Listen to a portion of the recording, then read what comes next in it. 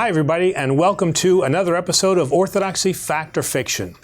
Well, today we're going to take on a topic that maybe not many Orthodox priests take on directly, but I still think that it's a very important issue for us to discuss. And that is, what about sexual relations before or after receiving Holy Communion?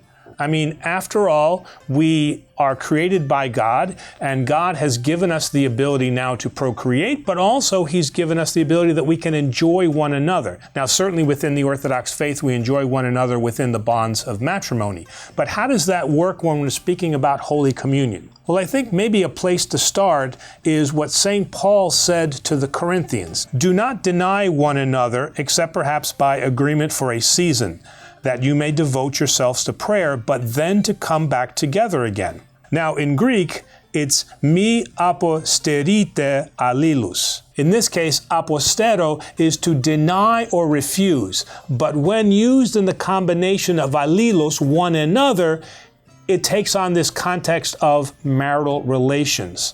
So, St. Paul is instructing married couples, yes, it is okay to have sexual relations. Do not deny one another. What reason does he give? Interestingly, if we continue on, lest Satan tempt you through lack of self-control. And he says, I say this by way of concession, not of command. So there's a place to start. So first off, there is nothing wrong with having sexual relations. However, what the church suggests for very practical reasons is that before receiving Holy Communion, that you abstain from sexual practices, all right?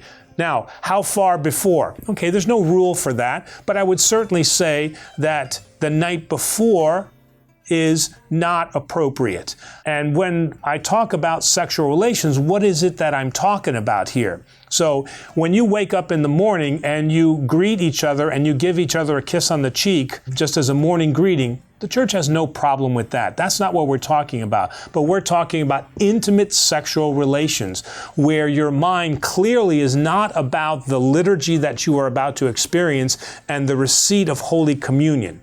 Okay, so we're not talking about a peck on the cheek or something that expresses now this deep love that you have for one another. We're not talking about that. But we are talking about that very deep and passionate and intimate love. And according to St. Paul, what we see here is, except in the time of prayer, and that's certainly what's happening within the context of the Divine Liturgy, is that we are abstaining for a time. And again, we don't know exactly what that time is, but certainly the night before, it would be appropriate to abstain. And then that morning, obviously, to abstain before receiving Holy Communion.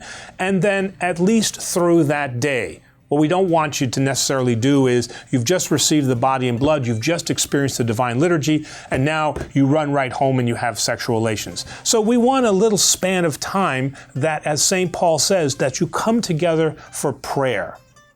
So I hope that that helps explain a little bit about where is the proper context for sexual relations. Certainly there is. Now, I know many times I've learned from, let's say, my yaya or from my mom that there shouldn't be any practice up to 3 days before. Now, I'm not saying that's right. I'm not saying that that's wrong. But each couple needs to determine what is appropriate for them to, as St. Paul says, allow themselves time for meditation and prayer to contemplate the great mystery that they are about to receive. Thanks for joining me for another edition of Orthodoxy, Fact or Fiction. So remember, like, subscribe, and share our videos, and stay tuned for another interesting and exciting video.